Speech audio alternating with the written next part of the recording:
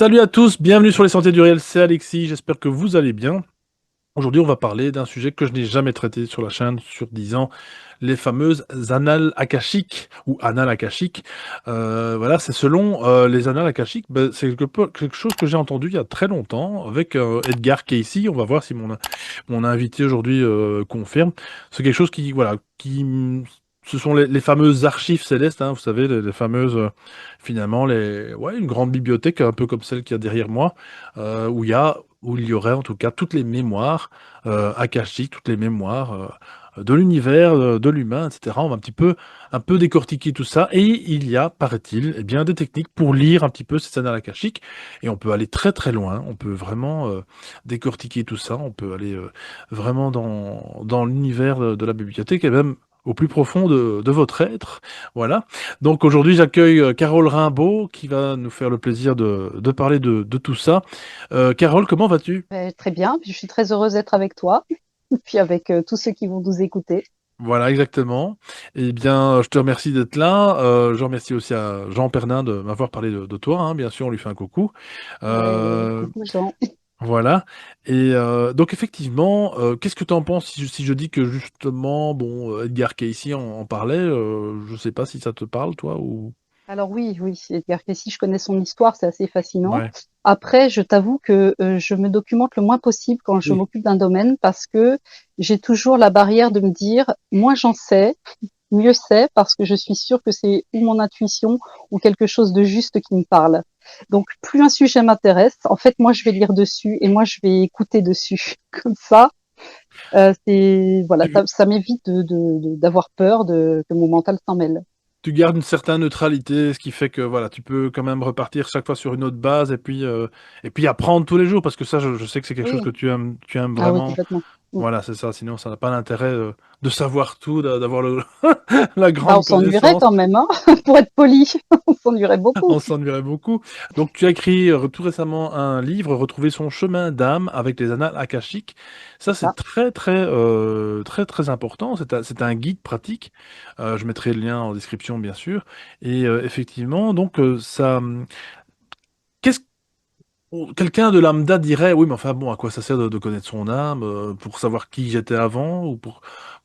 Qu'est-ce que toi tu réponds à des personnes comme ça qui s'interrogent sur sur ce questionnement, Alors pour moi, l'intérêt d'aller regarder dans les annales akashiques, c'est au-delà, parce qu'il y a la grande mode en ce moment du développement personnel, mais il y a quelque chose quand même qui est largement au-dessus que du développement personnel, même si on a un petit morceau. C'est beaucoup plus merveilleux que ça, heureusement.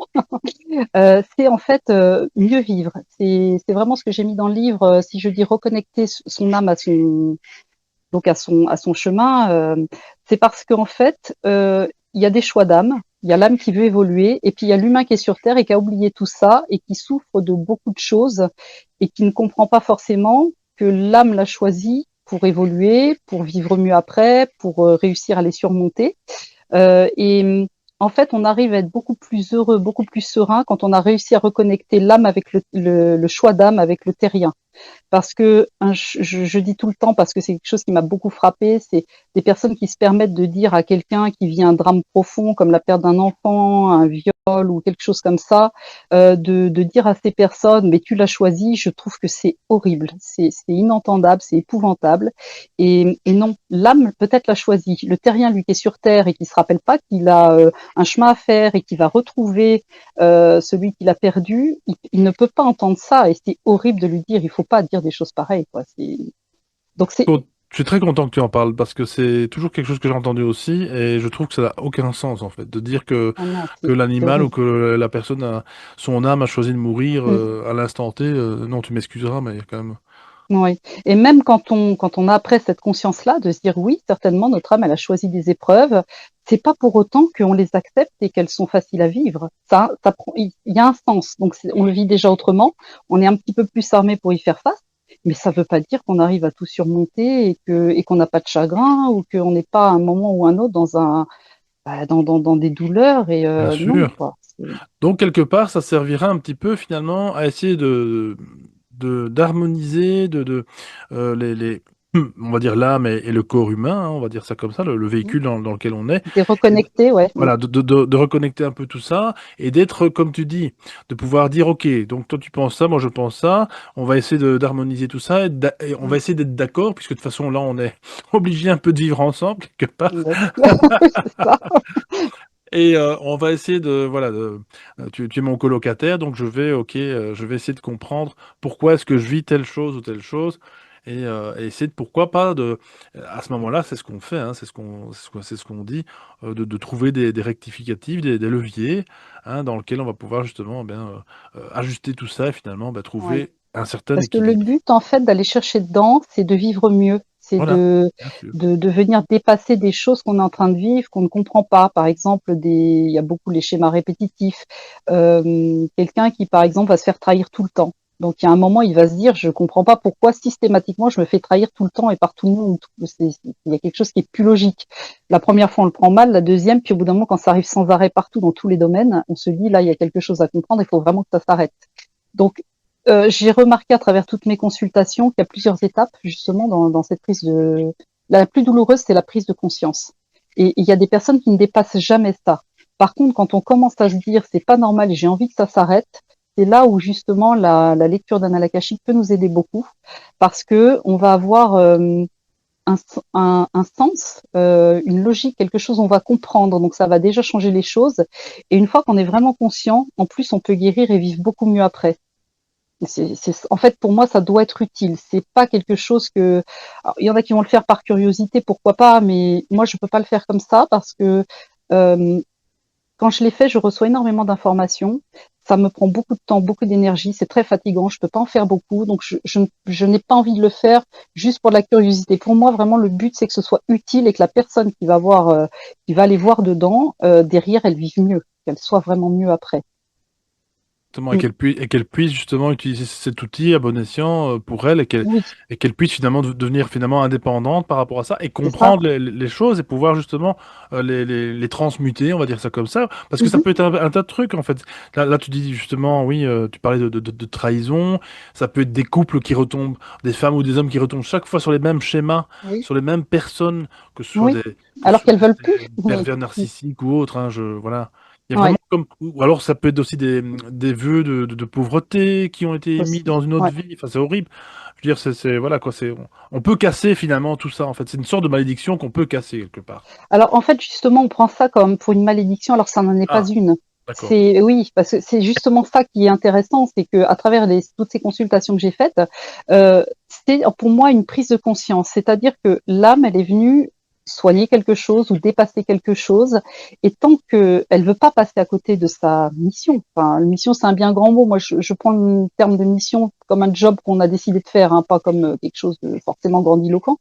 Euh, on est venu travailler quelque chose, mais si on le vit pas, si on n'en souffre pas, ou si on n'en souffre pas assez pour s'en occuper et le régler, on sera passé à côté de ce qu'on est venu faire et on sera obligé de s'y recoller, ce qui est quand même un peu embêtant. Donc, autant, alors c'est vraiment le début, c'est tant qu'on n'a pas cette prise de conscience, on va le vivre et le revivre et de plus en plus fort et de plus en plus souvent et ça devient douloureux et c'est pas justement là on a l'impression d'être victime d'une malédiction, de se dire je suis sous une mauvaise étoile, je comprends pas, il y en a tout est facile et moi je me cogne toujours dans les mêmes murs, je fais tout ce que je peux, je travaille pour m'en sortir et je m'en sors pas. C'est pas une malédiction, c'est la prise de conscience. Une fois qu'on a passé cette étape, on passe dans quelque chose qui va devenir plus facile pour devenir après plus léger. Donc après, on peut passer dans la guérison et puis trouver les pistes pour s'en sortir, justement. Est-ce que dans tes consultations, dans les personnes qui viennent te voir ou en tout cas te demandent de l'aide, Mhm, est-ce qu'il y a des personnes qui savent même pointer ce qui se passe pas dans leur vie? Parce que tu sais, il y a la prise de conscience de dire, mais tiens, je fais chaque fois les mêmes schémas, comme j'expliquais. mhm. Là, au moins, tu as déjà quand même au moins tu, tu sais déjà au moins auto-analyser. Comme je dis toujours, il y a moyen de s'auto-analyser, hein. C'est pas compliqué. Voilà, tiens, ces choix me reviennent chaque fois. Ou c'est vraiment des personnes qui savent même pas pourquoi est-ce qu'elles vivent ça, quoi. À la limite. Alors, la plupart du temps, les personnes qui sont en recherche, elles ont déjà quand même une idée, parce que si elles viennent, c'est pas par hasard. Donc, soit elles ont conscience d'être toujours dans un même schéma, mais surtout, moi, avant la consultation, je ne veux surtout pas le savoir et je ne veux surtout pas savoir pourquoi elles prennent une consultation. Donc, toutes les personnes acceptent de jouer le jeu et c'est ça qui est génial parce que c'est pour ça que ça a un impact important après. Et puis moi, c'est encore une fois, ça évite à mon mental de dire bon, bah, je savais ça, donc ceci ou cela. Euh, Ça, c'est hyper important, je trouve. Et par contre, très souvent aussi, il y a des personnes qui me disent, je sentais qu'il y avait quelque chose chez moi qui allait pas ou qui bloquait dans ma vie, mais vous avez mis des mots sur des sensations que j'avais sans réussir à mettre de mots dessus. Et le fait d'avoir des mots, une compréhension, une logique, quelque chose de clair, déjà, ça leur permet ça change déjà beaucoup de choses. Et ça permet déjà d'aller mieux et de Ah voir les ouais, choses oui. autrement, de les vivre autrement, de les affronter autrement. Mais c'est super parce que c'est même souvent, bah, comme on le sait, qu'on a justement besoin de voilà, d'avoir une écoute, une oreille Ouais. qui nous écoute. Quoi de mieux que de tomber sur quelqu'un qu'on ne connaît absolument pas? Mhm. Ça, c'est ce qu'on dit, tu sais, du psychologue, psychiatre, etc., qui est en huis clos et qui, voilà, où il n'y a rien qui sort, etc. Sauf que ce sont des thérapies longues, hein, ça c'est moi qui le dis. Et donc ici, c'est vrai qu'avoir quand même des réponses bah, relativement alors claires, que même des gens qui connaissent telle ou telle personne mieux que sa poche ne pourraient jamais justement te dire, des amis proches, j'entends, hein, des parents, Mhm. etc., Mhm. qui ne pourraient jamais formuler un petit peu ce que tu vis. Bon, on le sait très bien, hein, les amis, ça veut toujours aussi bien faire, voilà, et c'est pas toujours les meilleurs conseillers. Et là, avoir quand même quelqu'un qui justement qu'on ne connaît pas, Carole ici en l'occurrence, bah, c'est génial, quoi, qui arrive vraiment à décortiquer un petit peu enfin, comment ça se passe? Quel est un peu le processus? Alors, bon, je sais bien que tu as une cuisine sans doute un peu secrète, on va dire ça comme ça, mais Non, j'ai comment aucun ça se passe secret, non. exactement, Carole? Oui, non? Non, du tout. J'ai aucun secret. Justement, il n'y a pas de secret. Et c'est beaucoup plus simple tout le temps qu'on Oui, veut nous le faire croire pour nous faire payer des formations très chères. Donc, magnifique. non, mais c'est vrai, hein, moi, je crois pas à ça, quoi. Non. Alors, comment ça se passe? Tu veux dire par rapport à une consultation, par exemple? Puis- Comment ça se passe avec les personnes? Puisque tu dis on peut rien dire, Oui, c'est ça que toi tu veux exactement. absolument Donc, rien savoir, c'est ça. D'accord. Un peu oui, comme un médium qui veut pas oui. savoir non plus. Oui, avec qui on va avoir contact. Donc en fait, moi, les personnes m'écrivent ou souvent m'appellent ou m'écrivent plutôt parce que c'est plus facile. Je suis pas tout le temps joignable facilement, malheureusement. Et elles me disent simplement qu'elles veulent un rendez-vous. Et donc je ne sais pas du tout à qui j'ai affaire. Je sais pas la nationalité, l'âge et quelquefois je ne sais même pas le sexe puisque quand c'est un prénom qui peut aller aux deux, ça m'est arrivé d'avoir des personnes, c'est signé Dominique ou c'est signé, enfin voilà. Oui, et je ne sais pas du tout si c'est une femme ou un homme. Donc, en même temps, pour moi, c'est hyper important parce que c'est pour ça que je le fais pas malheureusement aux gens que je connais bien parce que je me dis l'impact n'est pas le même. Tout ce que je vais leur dire, ils pourront se dire, même s'ils ont confiance en moi, au fond d'eux, ils vont se dire, oui, mais bon, elle savait ça, peut-être qu'inconsciemment, etc. Si quelqu'un aussi m'appelle en disant, moi, j'ai telle problématique, c'est ça que je veux régler, on va s'axer sur cette problématique. Moi, je préfère qu'elle sorte toute seule, parce que là, la personne, l'impact sera beaucoup plus fort. Elle va se dire, je me fais pas d'idée, c'est bien ça ma problématique, et elle ne me connaît pas, elle sait rien de moi, et elle me dit la même chose, donc ça me confirme ce que je ressens. Ça peut être aussi des personnes qui me disent à la fin de la consultation, je croyais avoir une problématique, et en fait, vous avez mis le doigt sur la vraie problématique, telle que moi je voyais n'était qu'une conséquence. Et en réalité, même des personnes aussi souvent qui pensent avoir beaucoup de problématiques, plusieurs, la plupart du temps, se rendent compte que ça vient, il y a une seule origine, il y a une seule cause. Oui, une blessure d'âme, un vœu d'âme ou quelque chose comme ça. Mm. Et c'est vrai que c'est quand même stressant pour moi parce que, alors je touche du bois hein, parce qu'il n'y a pas de, ça peut jamais être une science exacte, mais à chaque fois que je fais donc en fait quand la personne a son rendez-vous, la veille, le soir tard ou le matin de très bonne heure, quand c'est le plus calme, moi je me mets un petit peu dans pas un état spécifique, hein, juste je me calme, je me détends, je sors de mon mental, c'est tout, hein, c'est pas plus que ça. Et puis je demande, je ne sais même pas à qui, donnez-moi les informations qui vont être utiles au parcours d'âme de la personne avec qui j'ai rendez-vous. C'est tout ce que je demande. Et là, j'entends des choses, où je vois des fois des petites images, des choses comme ça, où on m'envoie ça c'est le plus compliqué, on m'envoie des pensées, il faut que j'arrive à mettre des mots dessus. Alors ça, c'est ce que j'aime le moins parce que j'ai toujours peur de faire une petite erreur d'interprétation. Tu sais, pour t'expliquer, c'est un peu comme tout à l'heure en off, quand tu cherches un nom ou quelque chose, t'as un mot sur le bout de la langue, tu le trouves pas, donc il m'envoie ça. et à moi de me débrouiller pour mettre un mot dessus, parce que bah, là-haut, ils ont pas toujours peut-être le vocabulaire terrien, j'en sais rien, je sais pas si c'est pour ça.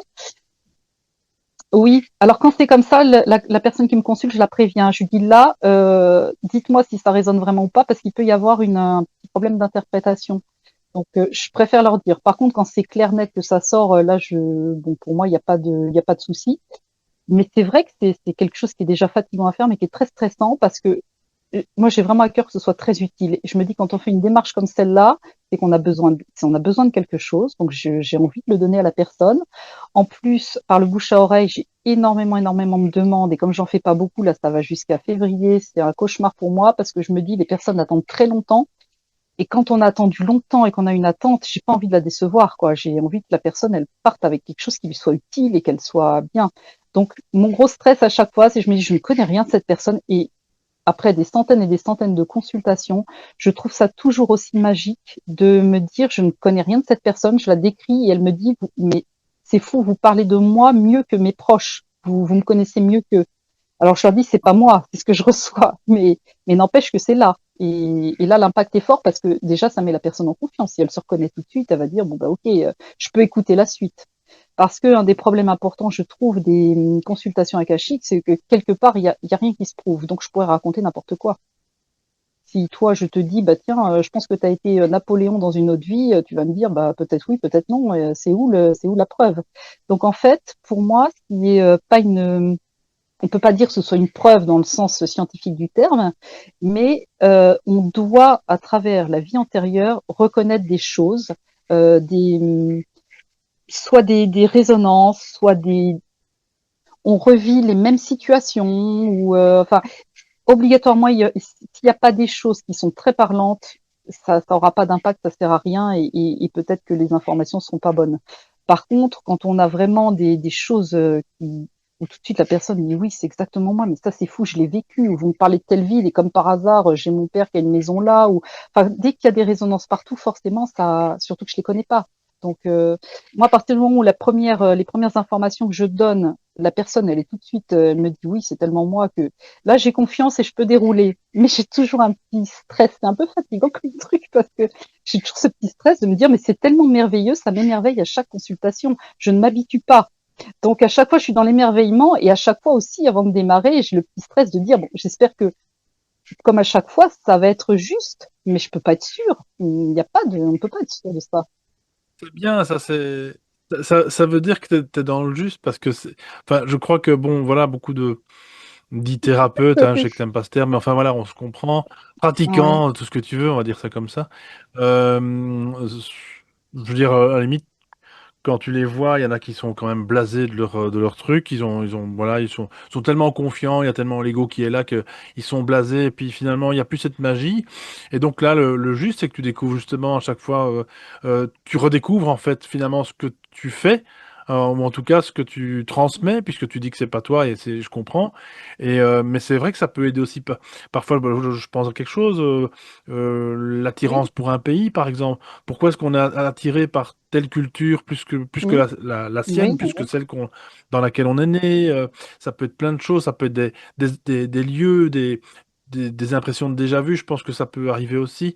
Euh, des, alors, on en discutait justement en off, ça peut être aussi par rapport même au signe astrologique. Pourquoi est-ce qu'on tombe chaque oui, fois sur, sur un signe exactement. astrologique ou autre? Enfin, quelque chose qui a une résonance, comme tu dis. Et on peut tourner ça dans tous les sens. Et en fait, c'est ça qui est, enfin, c'est presque ça, je comprends les personnes qui sont en demande, enfin en attente et en demande pour le coup. C'est que tu peux tourner dans tous les sens dans ta vie, dans tes souvenirs. Tu ne trouves rien en fait. Tu ne trouves rien qui correspond à ce bien-être ou mal-être plutôt.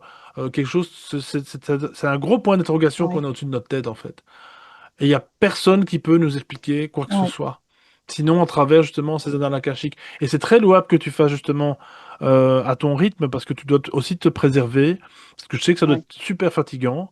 Et si tu veux continuer, ben, voilà, quoi de mieux que de. Oui, puis j'ai à cœur de les faire bien. Et pour les faire bien, il faut que je sois bien et il faut que j'ai l'espace pour ça, le temps, que je me sente calme et ben, comme tout le monde, on a tous non, puis on a tous des tumultes dans nos vies qui sont pas toujours faciles à gérer. Et là, faut vraiment réussir à se mettre dans un état calme et à se détacher de ça pour réussir à le faire. Hein. C'est pas simple. Et ça peut aller très très loin, j'imagine, je sais pas si tu un exemple comme ça, mais je crois que voilà le fait que donc là je parlais de pays, ça peut être aussi une profession aussi. Oui, Tu sais, il y a des gens comme ça, voilà, ils ont une carrière, ils ont fait des études, ils se sont lancés, allez, je lance ça au hasard, médecin, et puis du jour au lendemain, le type il devient artiste, quoi. En fait, il se dit, mais non, c'est ça ma vie, en fait, c'est pas médecin, c'est. oui, oui, oui. Tu sais, il y a cette espèce de. Alors, je sais pas si ça, c'est pas plutôt terrien, ce que je raconte là, mais enfin. euh, mais je crois qu'il y a quand même. Tu sais, j'avais fait une émission il y a quelques années de ça avec un intervenant dont j'ai plus le nom ici, c'est pas grave, où on parlait de vies multiples, mais qui seraient toutes en même temps, qui se jouent Oui, en la même temps. transincarnation. Voilà. Donc, Ouais, ça me parle voilà, assez, c'est moi, ça. exactement Ouais. ça.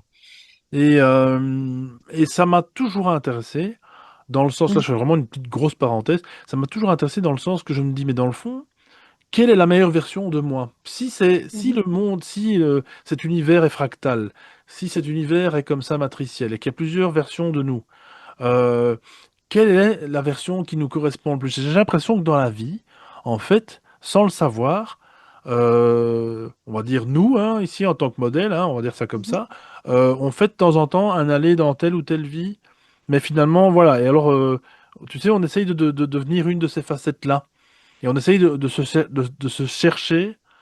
euh, Enfin, je sais pas si oui, voilà, ça te parle par rapport aux annales akashiques. Est-ce que c'est un lien? Est-ce que ça aurait Alors, vraiment. moi, ce qui me parle, c'est comme je te disais au départ, moi, j'aime pas apprendre, j'aime bien apprendre par l'expérience parce que c'est ça qui fait que je veux bien croire des choses ou ne pas les croire, mais pas parce qu'on me les dit ou parce que je les ai lues, parce qu'on peut lire 50 trucs différents en plus, quoi.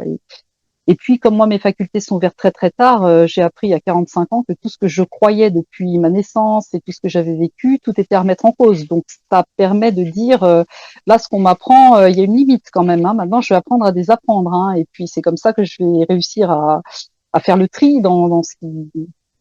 Ah non, c'est pas simple, hein, parce que Et comment ça t'est arrivé? Justement, tu dis que ça t'est arrivé à 45 ans. Il y a eu quoi? Il y a eu un choc? Il y a eu quelque chose? Il y a eu. oui, alors j'ai eu un deuil très douloureux. On en a parlé en off à Oui, 19 ans.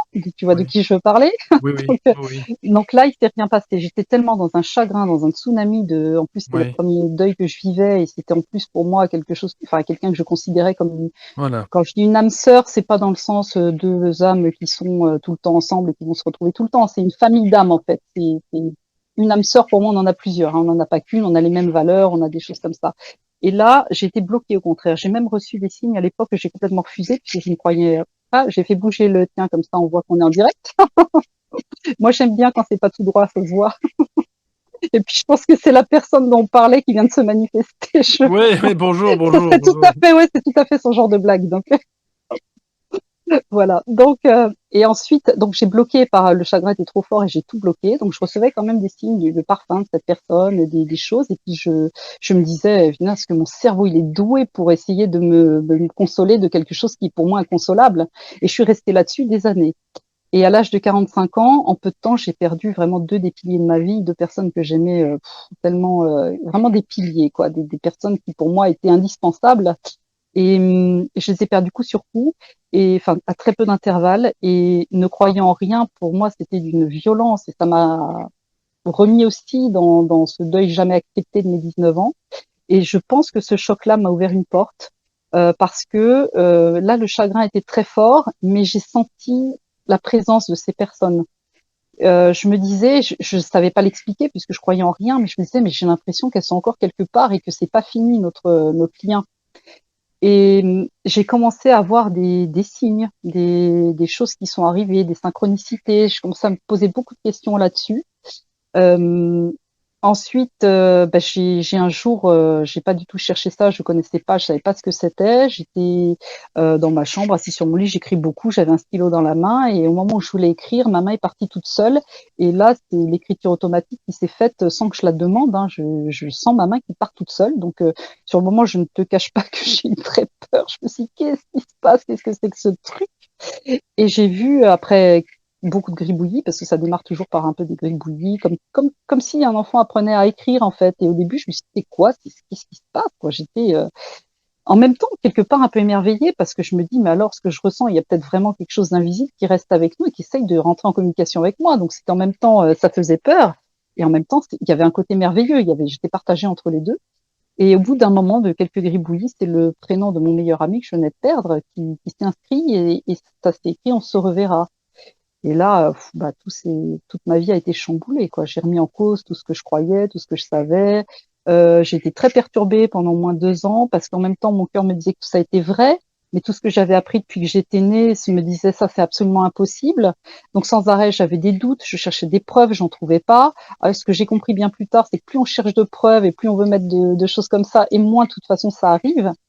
Puis un jour, j'ai lâché tout ça en disant: «Non, c'est bon, je comprends pas, je ne cherche plus à comprendre, je vais juste accepter ce qui se passe, et plus me poser de questions». Et là, j'ai eu les preuves que je demandais depuis 2 ans, que je n'avais jamais, quoi. En tout cas, c'est bien, tu n'as pas rejeté, tu n'as pas bloqué parce que ça aurait pu, hein, tu aurais pu dire: «Maintenant, je j'assume ça», avec justement, Oui. l'écriture automatique, tu aurais pu très bien flipper et dire: «Tout ça, c'est pas Mmh mh. pour moi» et c'est souvent ce qui arrive, hein.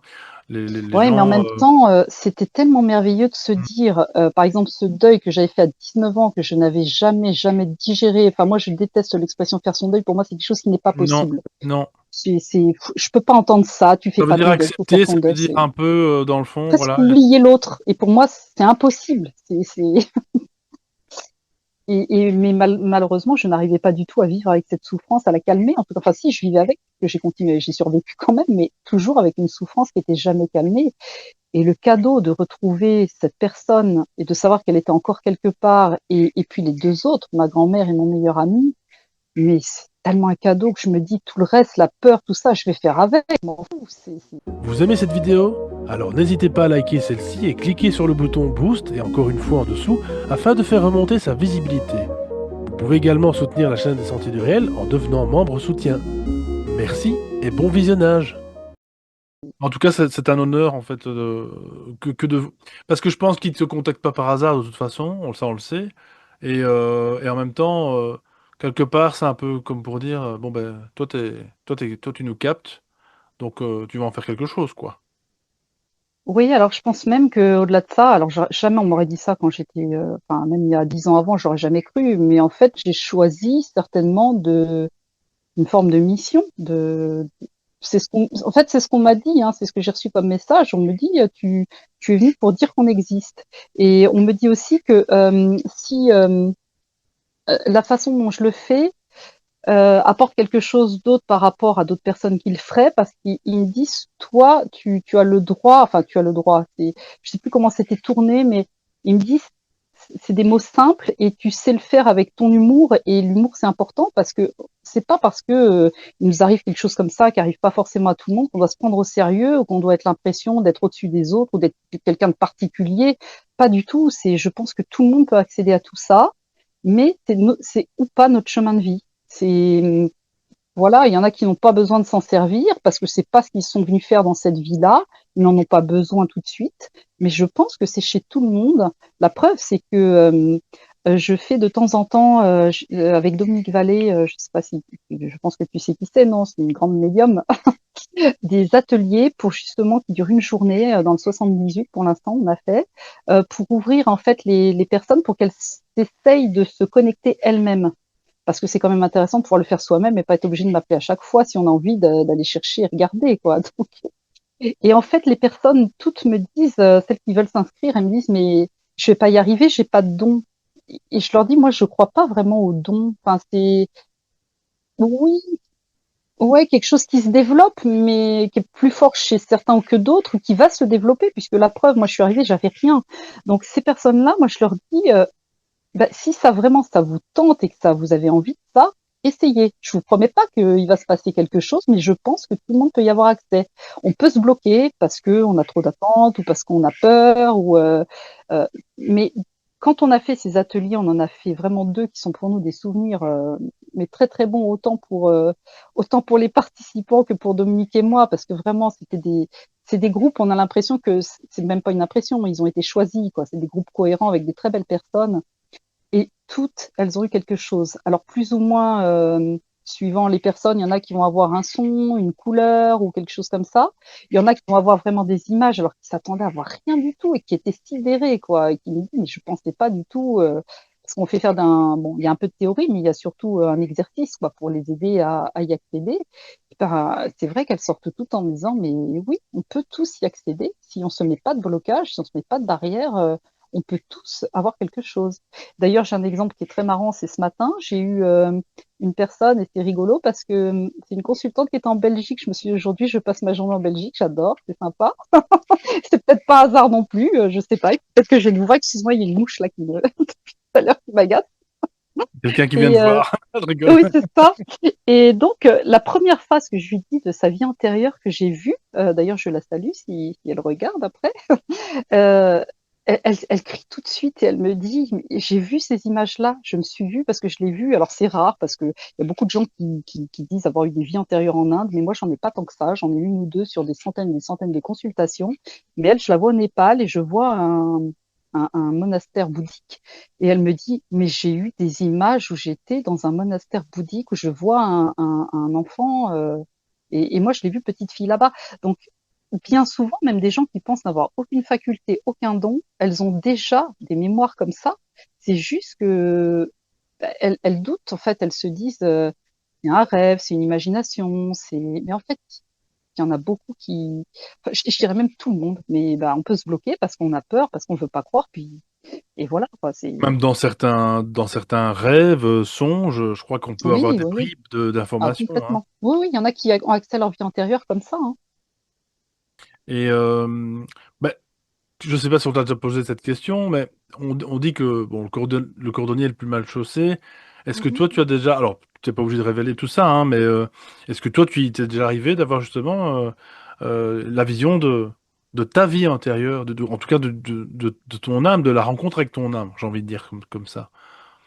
Euh, En tant que alors, justement...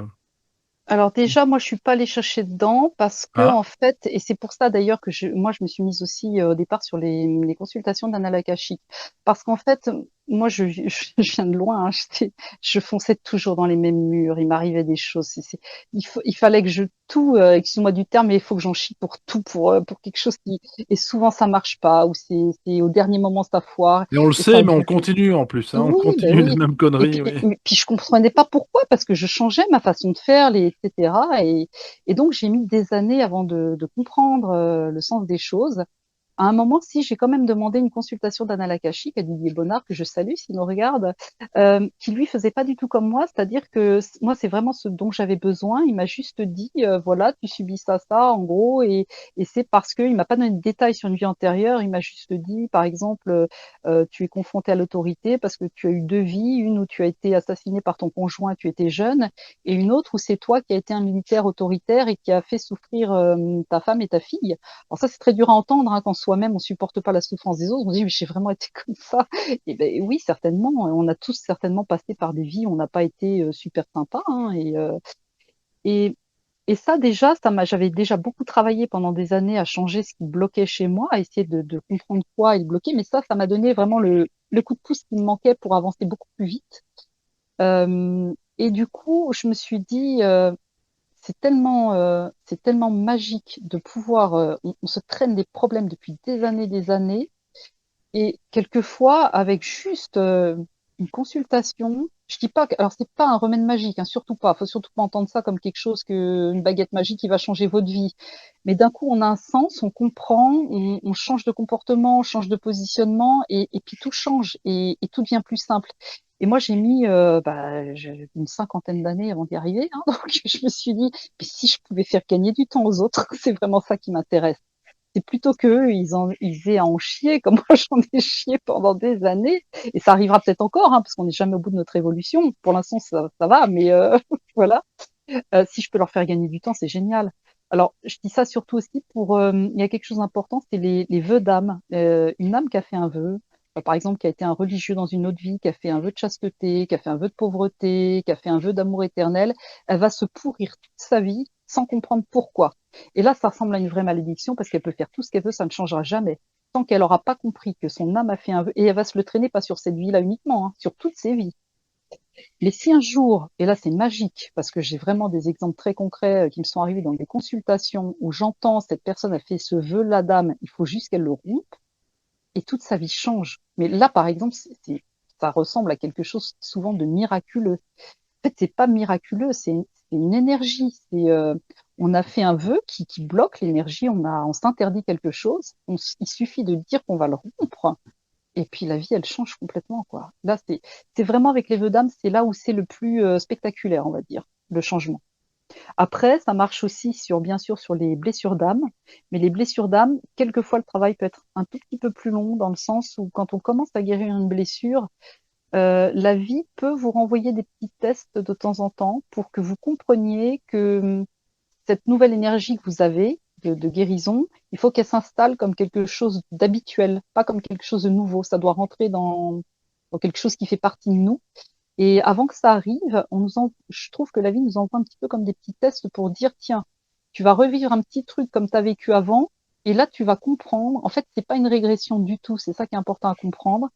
C'est plutôt dire, tu revis la même chose. Cette fois, maintenant que tu as cette conscience, comment tu le vis? Et là, on se rend compte qu'on le vit pas du tout de la même façon. Très bien. Une sorte de Et, rappel, mais qui va oui, pouvoir oui, t'aiguiller sur une comme un autre petit vision. test qui dit, regarde, tu vois, tu revis ça, tu le vis pas de la même façon, t'es pas impacté de la même façon, tu continues à avancer avec, et plus on va vivre ça naturellement, bien et sans se poser de questions, et plus ces petits tests, ils vont être de moins en moins forts et ils vont finir par disparaître complètement. Mais c'est ça. Mm. Parce qu'il y aura plus d'intérêt justement à te les resservir sur un plateau, quoi, voilà. Mais oui. Et Alors moi, je te l'ai dit tout à l'heure, hein, je suis un bélier, je peux te dire que j'ai pris sacrément des murs que maintenant, alors quand on a vécu ça plus de 50 ans, hein, de se cogner dans des murs en permanence, ça fait mal à la tête un peu quand même. il faut mettre un Et coussin hein, la prochaine fois, oui. bah oui, au bout d'un moment, j'avais des airbags, tu sais, partout.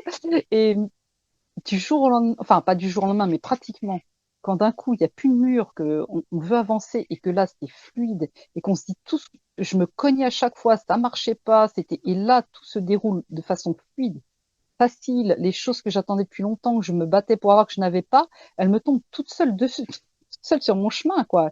Et là c'est juste incroyable, c'est magique et Des bagages, on en a tous, clairement, ça on oui, le bien sait. sûr. Mais il y Mm. a quand même aussi des aptitudes euh, qui, qui fait qu'on a amassé au fil de ces réincarnations, je sais pas si ça s'appelle ça réincarnation, ou en tout cas incarnation plutôt, où on a voilà, eu un bagage, un apprentissage, et qui fait que, voilà, je pense qu'on peut être né sage, par exemple. Moi, tu sais, tu vois ces enfants qui parfois sont plus adultes que les Ouais, propres ouais, adultes, tu sais, complètement. qui ont déjà Mm. cette on dit une vieille âme. Ça te parle, toi, ça, ou pas du tout? Alors oui et non, parce que en fait, je mets pas le même sens que certaines personnes, parce que justement, j'ai eu plusieurs fois des personnes en conférence qui me disent, on m'a dit que je suis une vieille âme, est-ce que je suis une vieille âme? Je leur dis, ça dépend ce que vous entendez par là. Si c'est pour flatter l'ego et dire, je suis au-dessus de vous, non, c'est pas le terme adapté vieille âme, parce que pour moi, c'est des âmes évoluées ou pas, c'est-à-dire des âmes qui ont fait beaucoup d'expériences et qui ont surmonté beaucoup d'expériences. C'est ça. Alors, dans ce sens-là, je veux bien entendre une vieille âme. Je trouve que oui, ça a son sens. Mais les personnes qui me disent, est-ce que je suis une vieille âme? Est-ce que j'ai eu 100 000 vies? Est-ce que j'en ai eu deux ou trois? Je dis, mais peu importe le nombre, c'est ce que tu en as fait. Et puis, à quoi ça va te servir d'avoir le nombre? Ça va t'apporter quoi dans ta vie? Moi, les informations que je veux donner, je veux qu'elles soient utiles. Si elles sont là juste pour flatter l'ego, pour moi, c'est pas la bonne source qui nous donne ces informations-là. Donc, je n'en veux pas. Peut-être le ressenti, là je parle pour moi, peut-être le ressenti Mhm. d'en avoir un peu ras-le-bol, de revenir ici, peut-être aussi. Alors ça, c'est des gens, j'ai beaucoup confronté à ça aussi dans les consultations, je les reconnais tout de suite, hein. C'est des personnes, dès que j'ai une personne qui semble qui est sereine, qui n'a pas dans le cœur de haine, de colère, des personnes très bienveillantes, et quand je vois leur vie antérieure où je reçois ce qu'elles ont vécu, et que je vois qu'elles ont vécu des épreuves, mais vraiment très très dures, mais beaucoup, avec des personnes, par exemple des parents très toxiques ou des viols, enfin des choses très dures, et ces personnes-là qui sont très douces, très bienveillantes, qui sont pas dans la colère, ça c'est vraiment des âmes très expérimentées qui ont demandé, c'est l'impression que j'en ai, il n'y a pas de vérité là-dessus bien sûr, mais de toutes celles que j'ai eues, j'ai l'impression que ces personnes-là sont des personnes qui ont demandé le maximum pour ne pas revenir se faire chier ici. Parce que vraiment, à chaque fois que je leur dis, ça leur parle. Quand je leur dis, vous ne feriez pas partie de ces personnes qui vous sentez pas à l'aise sur cette terre, vous avez l'impression que vous n'avez plus rien à faire ici et que c'est pas votre monde. Ils me disent, c'est exactement ça. Comme je le répète à chaque fois, je suis content de vivre cette vie-ci à ce moment-ci, parce que là, on vit une période tellement, enfin, pour ma part, charnière dans plein de domaines. Si tu vois ce Ouais, que je veux dire, ouais, ouais, bouleversante, oui, chamboulante. voilà, c'est très paradoxal. Mm. C'est à la fois très très puissant en négatif et en positif. Oui, exactement, oui. Là, on vit vraiment dans l'apocalypse, hein, comme on dit, dans cette espèce de guerre de la vérité, des choses qui sont. Enfin, je trouve ça magique, quoi. Magique, magique au Ouais, mais je possible. pense vraiment qu'on l'a choisi, même si par Ah moment on en oui, je souffre et qu'on n'est crois. pas bien là, on Oui, l'a choisi. on en souffre, Et, clairement. Oui, oui, c'est et ça. ça, c'est pareil, je l'ai vu à travers les consultations d'Anna Lakashik. C'est là encore une fois, où pour moi, c'est très intéressant de rien savoir de la personne que j'ai. J'ai déjà eu, par exemple, une personne qui a énormément souffert de.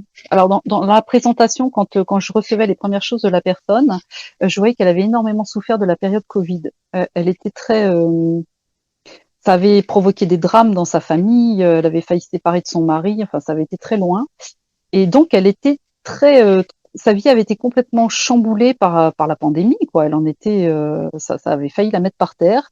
Et moi, dans sa vie antérieure, sans savoir ça, je l'avais vue médecin au temps de la peste. Donc, elle avait choisi d'être médecin pour soigner les gens. Et elle s'est retrouvée dans une époque où elle ne pouvait pas soigner les gens. Et en plus, elle devait se masquer, se cacher. Puisqu'à l'époque, pour la peste, là, les médecins mettaient des espèces de becs, là, des trucs affreux. Ils étaient couverts de partout et ils faisaient peur, je pense, aux malades. En plus, c'était j'arrive parce que vous allez mourir, quoi. Donc, c'était affreux. Et, et j'ai trouvé ça, enfin, le côté, je vis une pandémie, j'en suis traumatisée, je suis venue soigner les gens et en fait, j'y arrive pas et je les vois mourir. Et il y a cette histoire de masque, de se cacher. Et dans cette vie-là, elle revient à cette période-là et elle est très, très marquée par cette pandémie. Elle a très mal vécu tout, le masque, et enfin, tout, elle l'a très mal vécu et pas du tout en accord avec le reste de sa famille, avec qui avant ça allait très bien et ça a provoqué des drames. Il n'y a pas de hasard. Elle l'a choisi, je pense. Parce que la première fois, elle n'a pas réussi à le surmonter. Donc la deuxième fois, elle est revenue, elle a revu dans un contexte un petit peu similaire pour cette fois le surmonter. Et des exemples comme ça, j'en ai plein. J'en ai plein sur des personnes qui revivent, par exemple, pareil, je vois aussi des vies antérieures où les femmes sont dans le combat pour les droits des femmes. Et dans cette vie-là, comme par hasard, mais le hasard n'existe pas, elle s'occupe d'associations pour aider les femmes. Enfin, on a l'impression qu'il y a aussi un peu comme des combats d'âme. Alors, individuels et même quelquefois en même temps collectifs. C'est assez marrant. En fait, c'est ça qui est passionnant, c'est que au départ, moi, quand j'ai commencé les consultations d'Anna Lakashik, je croyais naïvement, parce que moi, je prends toujours tout avec beaucoup de naïveté au début, et puis j'apprends au fur et à mesure. Je me suis dit, bah, je vais voir les parcours d'âme de quelqu'un. Je trouvais ça déjà hyper passionnant. Mais ça va bien au-delà de ça. C'est qu'il y a des parcours d'âme, il y a des parcours collectifs, il y a des générations qui viennent. Alors, par exemple, quelque chose que j'ai constaté, que j'ai eu aussi en message lors des consultations, il y a des générations qui viennent, on en a parlé un petit peu tout à l'heure aussi, les Coluche, les Balavoine, les Michel Berger, les gens qui sont venus à l'époque où on croyait tout naïvement et il y avait des vérités qui devaient être révélées.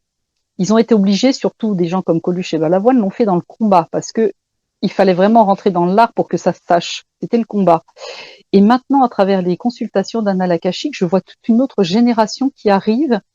Maintenant qu'on a ouvert les yeux quand même sur beaucoup de choses, ou alors il faut vraiment être sacrément bouché quand même, si on croit encore tout ce qu'on nous raconte, je pense qu'il y en a plus beaucoup quand même dans ce cas-là. Il y a une nouvelle génération que je trouve absolument merveilleuse. J'ai eu beaucoup de jeunes qui sont, mais dans une bienveillance, c'est-à-dire qu'ils changent le monde en douceur. Il n'y a pas de combat, il n'y a pas de jugement, il n'y a pas de, franchement, je les adore, je les trouve merveilleux, moi, ces groupes de jeunes là, euh, ils n'ont aucun jugement par rapport aux autres, c'est-à-dire que l'autre, il peut être homosexuel, il peut être d'une autre religion, de tout ce qu'on veut, être complètement différent d'eux, physiquement, ils sont pas dans le jugement, ils les prennent comme ils sont. Et je les trouve extraordinaires parce que dans l'ombre, doucement, ils changent le monde avec bienveillance, avec douceur, sans guerre, sans combat. Parce que je crois que les combats, ça a été utile à un moment, il fallait que ça sorte. Maintenant, moi, je crois plus trop aux manifestations, aux combats. On n'a pas trop d'autres moyens, mais quelque part, on a l'impression que, on l'a bien vu sur la période Covid et sur d'autres choses à l'heure actuelle.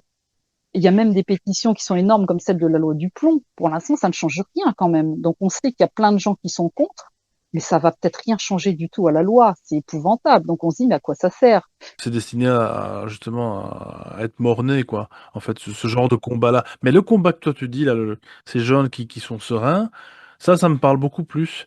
C'est une espèce de... au fond, il n'y a plus de peur. Ils savent qu'ils sont dans le vrai, dans le juste.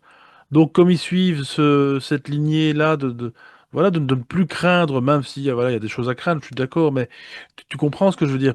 Alors, ce dont tu parles là, c'est encore une autre génération qui était entre les deux. J'ai remarqué à travers les consultations, ceux qui ont fait ça en conscience. Mais cette génération dont je te parle, où c'est vraiment des très jeunes, une vingtaine d'années, alors eux, c'est là où je trouve ça carrément exceptionnel et génial, c'est qu'ils sont spirituels sans le savoir, sans le dire. C'est naturel chez eux. Ils sont bienveillants naturellement. Ils se posent pas de questions, ils disent pas, je ne juge pas. Nous, on est de cette génération où on se dit, je veux pas être dans le jugement, ou ci ou ça, ou il faut que je change ça, et puis est-ce que je suis spirituel ou pas? On s'est posé beaucoup de questions, mais eux, ils se les posent pas. Ils sont comme ça naturellement. Moi, j'ai un fils qui est comme ça aussi, et je trouve ça merveilleux parce que des fois, quand il entend les gens qui jugent, mais il me regarde, il est complètement estomaqué, il comprend pas. C'est quel âge à peu près? Alors lui, il a 26 ans. Il Ouais, d'accord, est, d'accord, d'accord, d'accord. Ok, ok, ouais.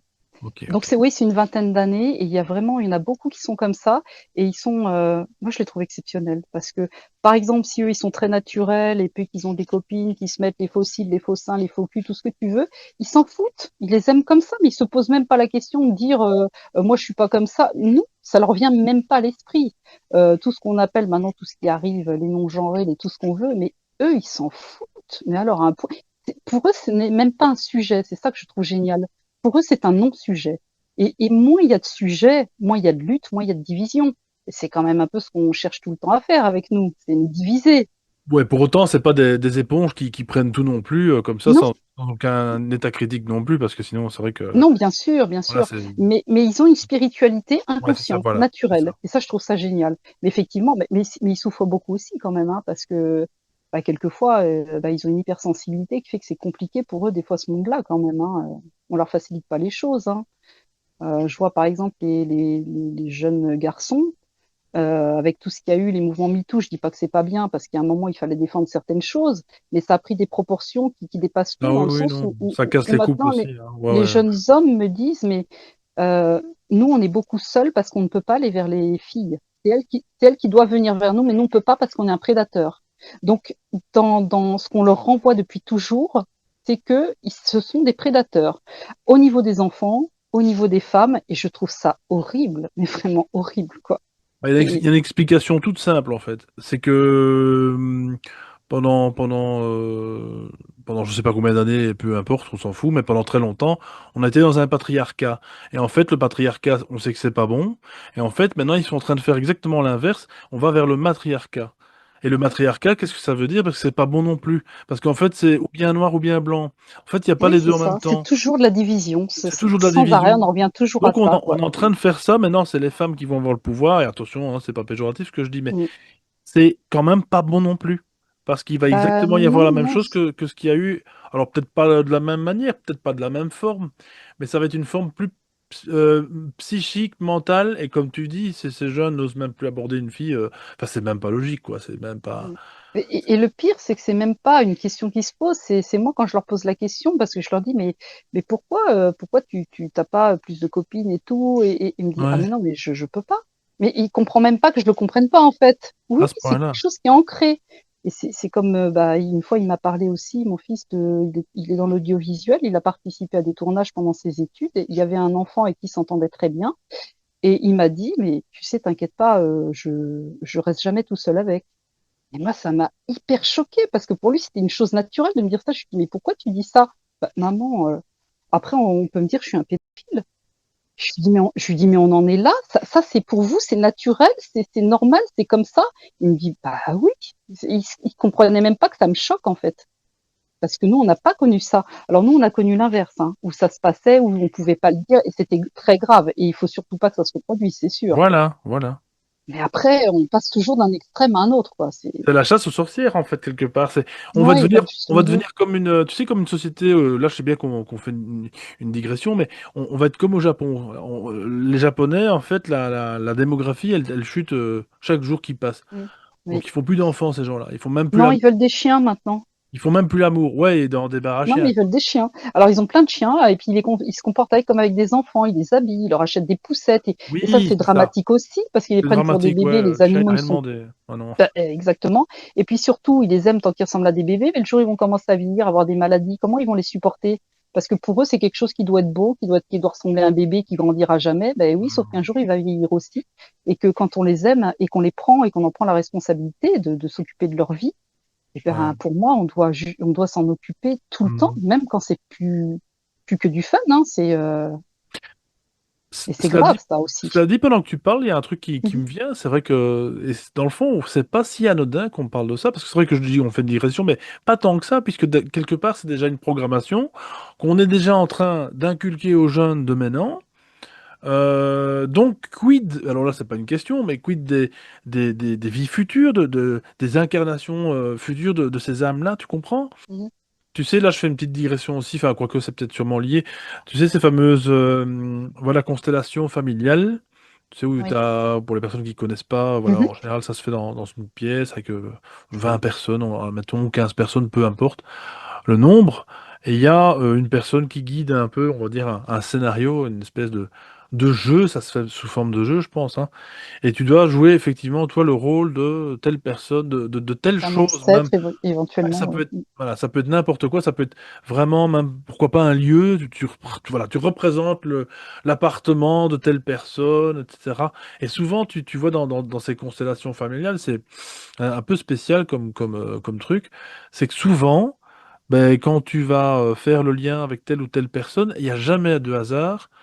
Cette personne, tu finis par comprendre pourquoi tu l'as rencontrée dans cette séance. Ouais, complètement. Alors, je pense que en fait, c'est des contrats d'âme. Donc, pour moi, tout ce qui est psychogénéalogie, tout ce qui est constellation familiale, c'est un peu la même chose, en fait, que les annales akashiques. Surtout dans des cas particuliers, c'est que j'ai des personnes qui sont venues soigner quelque chose pour elles et qui sont des âmes très courageuses parce qu'elles ont choisi en même temps de soigner toute la lignée familiale. Donc, c'est facile à voir parce que dans ce cas-là, par exemple, la personne, elle va souffrir d'une blessure de rejet. Sa mère aura souffert d'une blessure de rejet, sa grand-mère, etc. Donc il y a un moment, cette personne, elle arrive pour couper, pour soigner tout le monde. Donc c'est une âme courageuse qui a fait un contrat d'âme avec des personnes qui n'arrivent pas, avec des âmes qui n'arrivent pas à évoluer assez vite, qui s'y recollent depuis plusieurs vies, qui n'y arrivent pas. Donc elles sont l'âme courageuse qui vient pour se soigner elles et en se soignant par leur exemple un peu les aider à évoluer s'ils le veulent parce qu'ils sont responsables de leur évolution aussi, hein. Chacun fait ce qu'il veut, ce qu'il peut, mais elles sont là pour essayer de les aider. Ce qui est très très injuste dans ce cas-là, c'est que ces personnes-là sont celles qui sont toujours maltraitées dans leur famille, voire rejetées, voire des fois ils coupent les ponts, parce que c'est les seuls qui sont justement différents de tout le reste de la famille. Et comme c'est la seule qui est différente, c'est la seule personne à qui on dit t'es folle, tu comprends rien, c'est n'importe quoi, t'es bizarre, etc. Alors qu'en fait, c'est elle qui est venue les aider. Et eux, ils sont dans le déni, ils veulent pas affronter parce qu'ils n'ont pas la force. Et au départ, cette personne les dérange parce qu'elle veut, enfin, de par son qui elle les oblige à se poser des questions qu'ils ne veulent surtout pas se poser. Et c'est un rôle qui est hyper injuste, qui est hyper courageux. Et les personnes souvent qui sont venues faire ça, je leur dis les protocoles que je peux, par exemple, leur conseiller. Ça ne sera peut-être pas suffisant et très souvent je leur conseille, si on sent que c'est très lourd, de faire aussi des constellations familiales ou d'aller voir quelqu'un qui fait de la psychogénéalogie parce que il y a effectivement c'est encore plus lourd que les autres à soigner parce que c'est une mission qui est très dure, qui est très courageuse, mais qui est très très belle quand elle est réalisée parce que vraiment ça pacifie tout, ça fait évoluer tout le monde à la fois et c'est magnifique, hein. Ça m'est arrivé plusieurs fois en consultation de voir une vie antérieure, par exemple, où une personne on va dire au hasard, une maman très très toxique qui l'a pas aimé, qui lui a fait du mal, qui s'est jamais, enfin, qui lui a toujours fait comprendre qu'elle en voulait pas. Et cette personne revit ça dans cette vie de maintenant. Avec la mère, c'est exactement le même descriptif, c'est la même personne. Donc certainement que dans cette vie-là, elles n'ont pas réussi à régler le truc, donc elles décident, les âmes, de revenir pour cette fois essayer de le régler. Sauf que comme la mémoire est effacée, il y en a qui vont y arriver, Il y en a qui arriveront pas et qui vont continuer à avoir le même comportement. Donc, c'est arrivé plusieurs fois en consultation, quand il y a quelque chose comme ça dans une vie antérieure et que ça revient dans cette vie-là, quand la personne, elle sait que je la connais pas, que je ne pouvais pas savoir tout ça et qu'elle ressent très fort que cette mère toxique, elle l'a choisie pour venir, en fait, soigner quelque chose qu'elle a voulu soigner elle et que c'est ça qui l'a aidé à changer, même si ça a été très douloureux. Ça m'est arrivé en consultation qu'une personne me dise en 1 heure, vous venez de me faire de me faire abandonner plus de 50 ans de colère. Et non seulement je ne suis plus en colère après ma mère, mais c'est même pas que je lui pardonne, je la remercie. Et là, souvent, c'est arrivé plusieurs fois, ça c'est très très fort quand ça se produit. C'est très très, enfin émotionnellement parlant, c'est hyper bouleversant parce que la personne qui d'un coup passe d'une colère, même si de son côté il y avait de l'amour et qu'elle avait souffert de pas en recevoir en échange, elle a quand même une colère, c'est normal.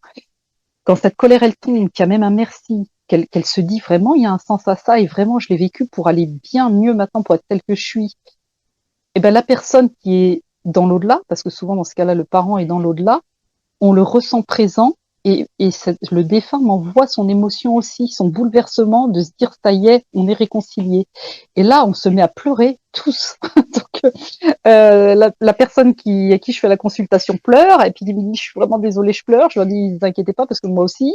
Et je sens aussi le défunt qui me fait une espèce de semi-incorporation pour me faire ressentir ses émotions, pour que je le dise au consultant. Et je pleure aussi, mais c'est pas moi. Il y a mes pleurs à moi, mais il y a aussi ceux du défunt qui, et je ressens vraiment son émotion, vraiment son bouleversement de dire ça y est, elle a compris, elle m'en veut plus et on est réconciliés et il y a du sens. C'est bouleversant de sentir ça, une guérison avec le défunt, avec aussi la personne qui est encore là. C'est complètement magnifique, quoi. C'est quand on vit un truc comme ça. Moi après j'ai du mal à me remettre hein, quand je vis des choses comme ça. C'est pour ça que je dis que je peux vraiment pas en faire beaucoup parce qu'il y a tout le travail en amont, mais il y a aussi tous les bouleversements qu'on ressent. Des fois, c'est très fort en émotion, hein, ce qu'on vit, quoi. Ouais, faut un peu se protéger, on va dire ça comme ça. Oui, c'est ce qu'on dit, mais moi, je ne peux pas. Et quelque T'arrives part, pas? bah, puis je cherche même pas à le faire parce que j'arrive à vivre avec. Alors, des fois, c'est sûr, ça, je prends quand même, mais j'arrive à vivre avec. Puis après, je sais me défouler en allant marcher dans la nature. Mais parce que je trouve que dans ce monde, justement, on apprend trop, faut se protéger, faut pas tout écouter l'autre, il faut pas être trop impacté. Mais justement, on n'écoute plus les gens et, et tout le monde a besoin d'écoute, on n'en a plus nulle part. Et même nous aussi, d'écouter les autres, ça apporte tellement de choses. Donc c'est important de pas mettre ça de côté et aussi de pas se couper de toutes ces émotions. Moi, non, je peux pas. Puis j'ai pas envie parce que il y a des émotions qui sont impactantes de façon négative quand on est vraiment triste pour quelqu'un. Bien que dans les lectures akashiques, très souvent, on sait que s'il y a quelque chose de négatif, c'est pour quelque chose de meilleur, qu'on est venu là pour le comprendre et que ça se fait comme ça. Donc il y a quand même quelque chose de très, au contraire, guérisseur là-dedans, hein, même pour tous ceux qui l'entendent et qui. Donc ça, moi je veux pas me couper de mes émotions, je veux pas. Et donc aux personnes qui voudraient éventuellement donc contacter Carole, euh, donc commencez déjà maintenant, hein, parce qu'en fait, voilà, Il leur faut beaucoup, beaucoup de patience parce que là, j'en suis voilà, à c'est ce que tu disais, oui. Jusque février, quoi. février, et quand l'interview Je, sortira sûrement en mars, si pas plus. Les gens qui veulent te contacter, qu'est-ce que c'est que j'allais dire? Euh, comment? Est-ce qu'elles peuvent se préparer je veux dire simplement, à vivre Mhm. bien avec les informations. Tu comprends? Est-ce que ça va pas leur poser plus de questions encore qu'avant? Si, C'est que, complètement. Et tu as complètement raison. Tout le monde ne doit pas en faire, surtout pas. ah, Et il y a des personnes à qui je refuse de le faire. Et vraiment, c'est vrai que j'aime pas faire ça parce que je sens que la personne, ça la triste. Mais si je sens que la personne, il y a plusieurs cas où je le fais pas. C'est si la personne, elle est vraiment très dépressive parce qu'elle attend une solution miracle, je ne pourrais pas lui donner. Il n'y a pas de solution miracle, il n'y a pas de mode d'emploi. Là-haut, jamais on nous dit, il faut faire ça, ça, ça et tout va se régler. On doit travailler nous-mêmes, on doit trouver les solutions nous-mêmes. On nous donne des pistes, on nous donne des signes, des panneaux indicateurs, mais on nous donne jamais la solution. Alors la personne qui est en attente de ça et qui est très très mal, elle va se sentir encore plus mal à la fin de la consultation en disant j'ai fait tout ça et en plus ça me sert à rien et je me sens encore plus mal.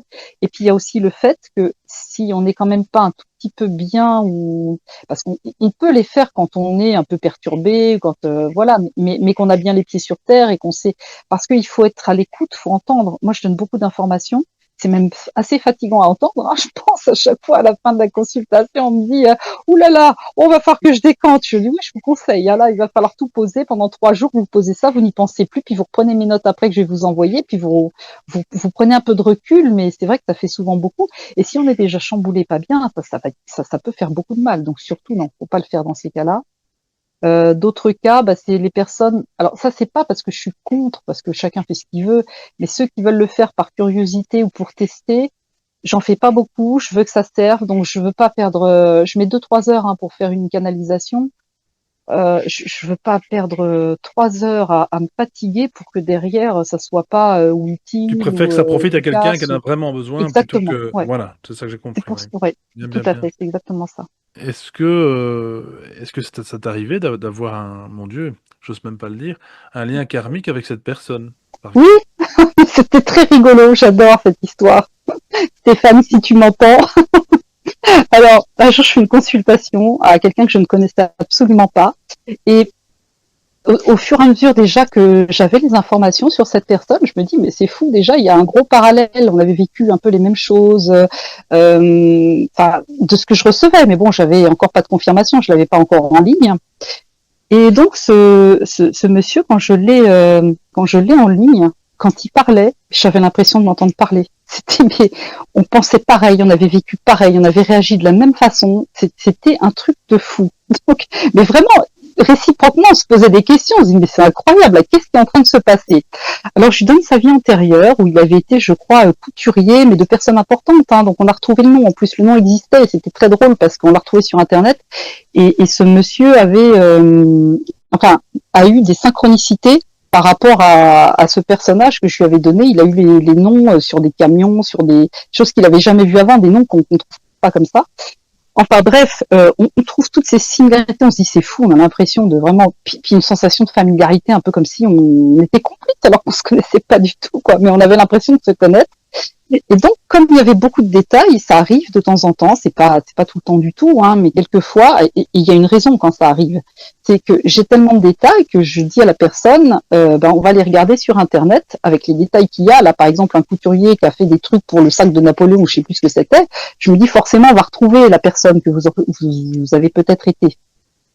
Et donc, ce monsieur-là, on va regarder ensemble sur Wikipédia, et là, on voit que dans son travail, il y a eu quelqu'un de très important dans sa vie, une associée qui s'appelait Madame Rimbaud. Rimbaud, c'est mon nom de jeune fille. Là, on s'est dit, bon, donc depuis, je l'appelle chère associée. J'ai l'impression qu'on se connaît depuis toujours. Et puis, on a fait un atelier ensemble avec Dominique. Et c'était très drôle parce qu'il était à côté de moi. Et puis, je lui disais naturellement, comme si on s'était toujours entraînés, bah, t'as pas encore servi le café, ou quoi que. Je sais pas quoi. Enfin, si, on se connaît, on se connaît. Et donc, je suis ravie de l'avoir retrouvé après des centaines d'années. C'est un bonheur de l'avoir retrouvé, quoi. C'est très, quand ça arrive, ah oui, mais le fait que ce soit confirmé, cette sensation, par un nom de famille qui était commun, on s'est dit, c'est fou quand même, quoi. On l'a pas inventé, ce truc-là. C'est incroyable. Non. En tout cas, Et, génial. C'est vraiment... je comprends que tu es en fait fasciné par ce que tu fais. Je trouve ça ah oui, très très ouais. beau ce que tu fais. Et là, je le dis franchement, oui, même si t'aimes pas trop le mot, c'est vrai que c'est une mission. T'as beau dire, mais c'est vrai que t'as été appelé à ça.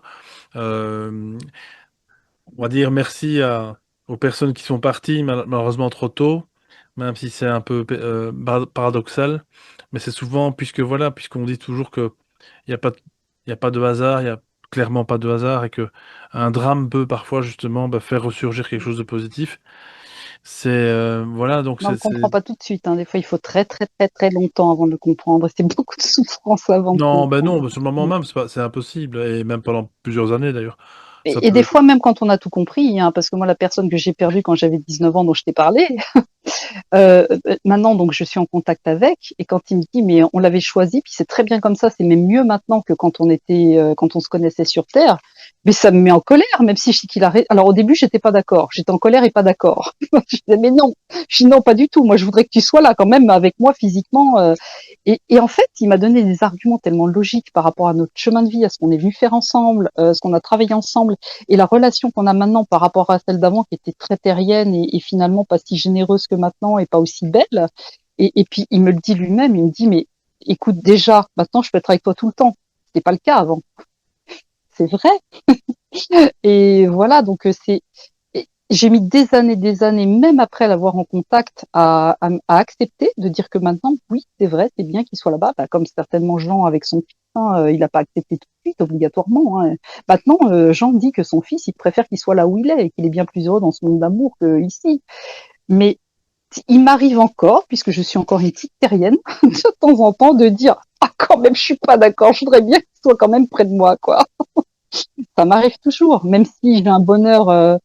Après, je m'en veux un peu parce que je me dis non, mais quand tu as le cadeau de sa présence maintenant et d'être en communication aussi facilement avec, mais quel bonheur, c'est un cadeau tellement merveilleux, quoi. C'est bon, j'ai pas le droit de dire ça, mais de temps en temps, bah, je le ressens. Et puis voilà. On reste des humains, hein. Faut Oui, parce qu'il y a des personnes aussi, ça c'est important de le préciser, je trouve que euh, qui ont l'impression, quand je les ai en ligne ou en consultation, qui me disent vous avez tellement de chance parce que vous savez tout, vous avez tout. Je dis, j'aimerais bien, mais alors pas du tout, quoi. Absolument pas. Je souffre comme vous. J'ai pas plus d'informations que vous quand je dois faire un choix ou quelque chose. Je suis mon intuition parce que j'ai confiance. Mais j'ai nulle part quelqu'un qui va me dire fais ça. Il m'est même arrivé de me faire envoyer dans le mur par un guide parce que si je comprends pas les choses, et ben il va me laisser faire. Il rigole, hein, il me regarde, il rigole, il me regarde faire. Et puis après, quand je dis mais pourquoi tu m'as pas dit là que je me suis trompée, t'as pas dit qu'il fallait pas que je le fasse ni rien. Il rigole, il est mort de rire. Hein, il dit fallait suivre ton intuition, quoi, c'est tout, débrouille-toi un peu, t'es grande, hein. Et il est pas là pour faire les choses à ma place, ou enfin ils sont pas là pour ça, de toute façon, ils sont là de ce que je ressens, c'est leur but, c'est de nous rendre autonomes. Donc et c'est pour ça que justement, je trouve qu'une consultation d'Anal Akashique, c'est important de dire que on n'a pas besoin d'en faire 50 dans sa vie. Très souvent, une seule suffira largement. Si on a bien compris, si ça parle, c'est arrivé très rarement que j'en fasse deux. Enfin, maintenant, je le ferai plus parce que il y a tellement d'attentes que je veux pas refaire à quelqu'un qui l'a déjà fait et que quelqu'un d'autre qui n'ait jamais eu ne le fasse pas, quoi, ne l'ait pas tout de suite. Mais franchement, une en général, c'est largement suffisant, sauf si d'ici bon, quelques années, on s'aperçoit qu'on a des nouveaux murs et qu'il y a autre chose à comprendre, peut-être. Mais c'est pas, c'est vraiment très rare, je pense. Et justement, c'est important parce que c'est de l'autonomie, c'est donner des outils pour que la personne puisse après avancer sans plus avoir besoin d'appeler quelqu'un. Et Non, non, c'est ça, exactement. Mais en tout cas, Carole, grand merci pour tous tes partages. En tout cas, vraiment. ben, merci beaucoup à toi. C'est une belle rencontre aussi avec toi parce que je te regardais, mais je n'avais pas eu l'occasion de te parler en vrai, Oui, on c'est va vrai, dire. d'auditrice quand Donc même, c'est voilà, quelque fait part, maintenant. d'auditrice. Mais oui, j'étais une auditrice. Bah écoute, Voilà, c'est quand donc tu veux. Je sais que tu as un prochain, alors peut-être ouvrage, je crois, c'est ça? Ou tu oui, peux peut-être avant que moi. qui devrait sortir Oui. début d'année prochaine. Hein. Ça va pas venir tout de suite parce qu'il y a Tu encore un. reviens quand tu veux et voilà, dès Avec grand que plaisir. On pourra parler pour de en la personne parler. dont on a parlé, Ah, que Jean exactement. Pernin Oui, connaît très bien oui, aussi, voilà, c'est ça, exactement. Ça va être pas sur intéressant. Terre, mais autrement, oui. Très Ça, intéressant même. Et ouais, bah c'est un donc beau sujet. en même temps, on peut voilà te consulter. Je mettrai de toute façon le site en description comme d'habitude, chers auditeurs. Et puis vous pouvez aussi déjà vous procurer le guide pratique Retrouver son chemin d'âme avec les annales Oui, akashiques, parce qui que peut être une préparation avant de consulter. oui, c'est Pourquoi ce que pas j'allais Carole, hein? dire, Oui. parce qu'il y a des pistes dedans pour le faire soi-même. Donc, si vous y arrivez tout seul, vous n'aurez pas besoin de moi, parce qu'on peut tous le faire, je pense. Donc, ouais, ça vaut le coup d'essayer. Chère Carole, je te remercie infiniment. Je te Ben, souhaite merci à toi et déjà merci à tous ceux qui ont écouté. oui, oui vraiment, merci d'avoir Ouais, écouté jusqu'au merci. bout parce que je sais que c'est pas toujours un sujet qui est passionnant pour tout le monde, mais là c'est vraiment, je trouve vraiment essentiel je trouve, pour avancer. Vraiment, il faut pas reculer, il faut pas trop regarder dans le passé. Alors pour le coup, pas rester bloqué dans le passé, il faut regarder dans le passé pour mieux avancer, on se comprend. Voilà. Exactement. Donc merci Carole, à tout bientôt et ben mes chers auditeurs, à la semaine prochaine. N'oubliez pas de partager cette vidéo si ça vous intéresse. S'il y a des personnes qui, justement, ben, comme vous, vous posez des questions sur votre éventuel, ben, pourquoi pas, parcours de vie, parcours d'âme. Et ben, n'oubliez pas de liker, le petit pouce vers le haut, ça fait toujours plaisir. Ça fait la référence à la chaîne, de s'abonner, de parler des sentiers du réel, de faire un don, comme vous voulez. En tout cas, on se retrouve la semaine prochaine pour une nouvelle émission. À tout bientôt, passez une bonne semaine d'ici là. Bisous, bisous, ciao, ciao.